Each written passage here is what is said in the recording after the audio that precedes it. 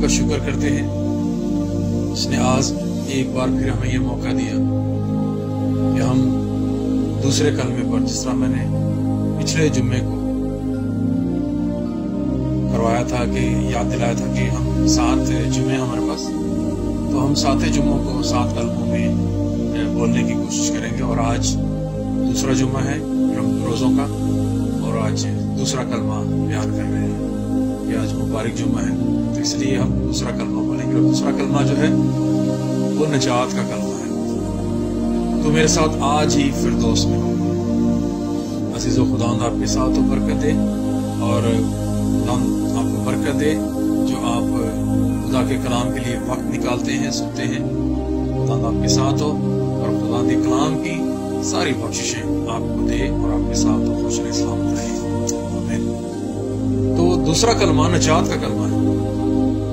لوکا 23 باب اور اس کی 43ویں آیت میں تو میرے ساتھ آج ہی فردوس میں ہوگا۔ یہ خداوند یسوع مسیح نے جب صلیب پر لٹکے ہوئے خون میں لت پت دوسرا کلمہ بولا، جسے ہم کہتے ہیں نجات کا کلمہ، تو میرے ساتھ آج ہی فردوس میں ہوگا۔ نجات کا مطلب مخلصی، چھٹکارا، رہائی اور مکتی ہے۔ میں تجھے آج ہی مخلصی دیتا ہوں، چھٹکارا دیتا ہوں، رہائی دیتا ہوں، مکتی دیتا ہوں ان ساری تکلیفوں مصیبتوں سے جو تو نے دنیا میں تو نے کی یا تجھ پر کی گئی۔ آج میں ان ساری چیزوں سے تجھے چھٹکارا دیتا ہوں، نجات دیتا ہوں، اور آج ہی تو میرے ساتھ فردوس میں ہوگا۔ فردوس کا مطلب ہے باغ، گلزار، گلشن، بہشت، جنت۔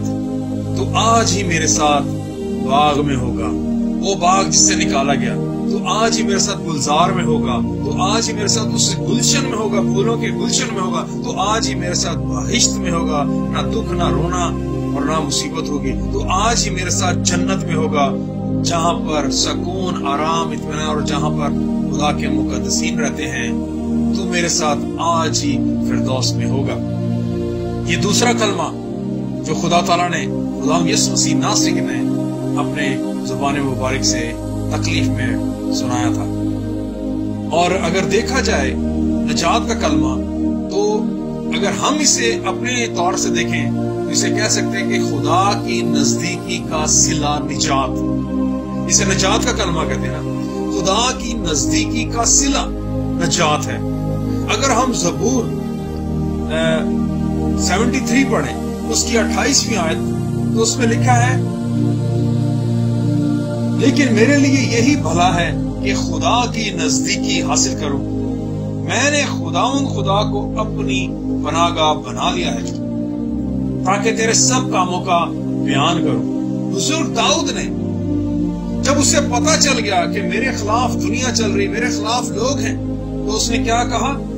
لیکن میرے لیے بھلا ہے کہ خدا کی نزدیکی حاصل کروں۔ زبور 23 میں پڑھیں تو آخر میں کیا لکھا زبور 23 کے؟ بھلائی اور رحمت عمر بھر میرے ساتھ ساتھ رہے گی، اور میں خدا کے گھر میں ہمیشہ سکونت کروں گا۔ اسے پتہ ہے، وہ پہلے سے خدا کے ساتھ آگے کہ میں خدا کے ساتھ کہاں رہنا ہوں، میرا آخرت کہاں پر ہے، میری جنت کہاں پر ہے، میری بہشت کہاں، میرا گلشن، میرا باغ کہاں پر ہے جو مجھے ان ساری چیزوں سے چھٹکارا دے گا۔ اس نے پہلے ہی کہہ دیا کہ لیکن میرے لیے یہی بھلا ہے کہ خدا کی نزدیکی حاصل کروں۔ وہ بھی نجات کا منتظر ہو گیا، اسے بھی نجات چاہیے تھی، کیونکہ اگر زبور 73 پڑھیں تو اس میں پورا، اگر زبور پڑھے تو آپ کو بہت برکت ملے گی۔ 73 کے اس میں لکھا ہے، بے شک خدا اس آیت پر یعنی پاک دلوں پر مہربان ہے، لیکن میرے پاؤں تو پھسلنے کو تھے۔ وہ کیسے؟ کیونکہ میرے قدم قریباً لرزش کھا چکے تھے، کیونکہ جب میں نے وہ دیکھ رہا تھا، بزرگ داؤد جو تھا وہ دوسروں کو دیکھ رہا تھا، کہ جب میں نے شریروں کی اقبال مندی دیکھی، مغروروں کو دیکھا کہ ایسے لوگ جو خدا کو پسند نہیں کرتے، اس کی عبادت نہیں کرتے، اس کی تعریف تمجید نہیں کرتے، لیکن وہ سرفراز ہیں، وہ نہ ان میں بیماری ہے، نہ تپالی ہے، نہ کچھ بھی نہیں۔ غرور جو ہے، گھمنڈ ان کے گلے کا ہار ہے، اور انہیں کچھ نہیں، ان کے منہ میں ایک بڑی بڑی باتیں ہیں۔ لیکن بزرگ داؤد کہتا ہے کہ میں حیران ہو رہا ہوں کہ ہم لوگ جو خدا کے پرستار ہیں، خدا کی تعریف تمجید کرتے ہیں، دکھ اور تکلیف میں رہتے ہیں، مصیبتوں میں رہتے ہیں، کیوں؟ لیکن اگر آپ 16ویں آیت پڑھے تو اس میں لکھا ہے جب میں سوچنے لگا کہ اسے کیسے سمجھوں، پھر اسے خدا کی نزدیکی یاد آئی. لکھا ہے جب میں سوچنے لگا کہ اسے کیسے سمجھوں تو یہ میری نظر میں دشوار ہوا جب تک کہ میں نے خدا کے مقدس میں جا کر ان کے انجام کو نہ سوچا. جب آپ خدا کے نزدیک جائیں گے، خدا کی نزدیکی کو آپ محسوس کریں گے، اس کی بارگاہوں میں جائیں گے تو آپ کو نجات کا پتہ چلے گا اور دوسروں کا انجام کا پتہ چلے گا. اپنی نجات آپ کو نظر آئے گی اور دوسرے جو شریر ہیں ان کی ہلاکت کا انجام آپ کو نظر آئے گا. لیکن ہم بغیر خدا تعالیٰ کے نزدیک گئے، اس کی بارگاہوں میں بیٹھے یا اس کی تعریف تمجید کیے بغیر ہم اڑتے رہتے ہیں کہ اس نے تو دیکھو ان کے پاس کیسی بحالی ہے، وہ کیسے سرفراز ہیں، ان کے نہ بیماری نہ تبالی، ہر تکلیف خدا نے ہمیں دے دی ہے. جب تک ہم خدا کے نزدیک نہیں جائیں گے ہمیں پتہ نہیں چلے گا. اس لیے خدا کی نزدیکی کا صلہ نجات ہے. بزرگ داؤد وہ کہتا ہے کہ جب تک میں خدا کے مقدس میں جا کر ان کا انجام نہیں دیکھا، پھر کیا کہتے ہیں یقیناً تو ان کو پھسلنی جگہ پر رکھتا ہے اور ہلاکت کی طرف دھکیل دیتا ہے. جب خدا کی نزدیکی میں گئے، خدا کے قریب گیا بزرگ داؤد تو اس نے دیکھا ان کے تو پاؤں سلفری جگہ پر، یعنی کہ وہ اوپر نہیں آ سکتے، نیچے اندھیرے دلدل اور گڑھے میں جائیں گے، موت کی طرف جائیں گے وہ.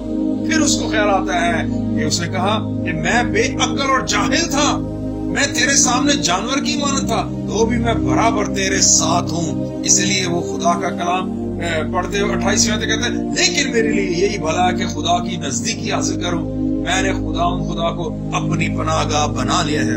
یہاں پر دیکھیں صلیب پر جب وہ ڈاکو جو ہے وہ اس نے جب خدا کی نزدیکی میں گیا، خدا کی قربت میں گیا، اسے محسوس کیا، اس کے زخموں کو دیکھا کہ اس نے تو کوئی گناہ نہیں کیا، اس نے تو کوئی خطا نہیں کی، یہ کیسے صلیب پر ہے.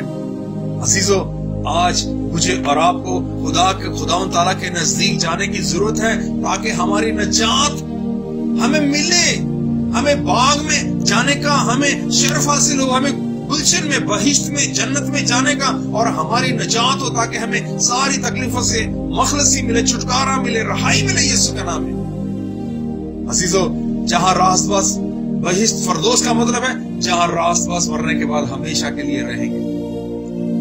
مصیبت میں کچھ لوگ نرم ہو جاتے ہیں اور کچھ لوگ سخت.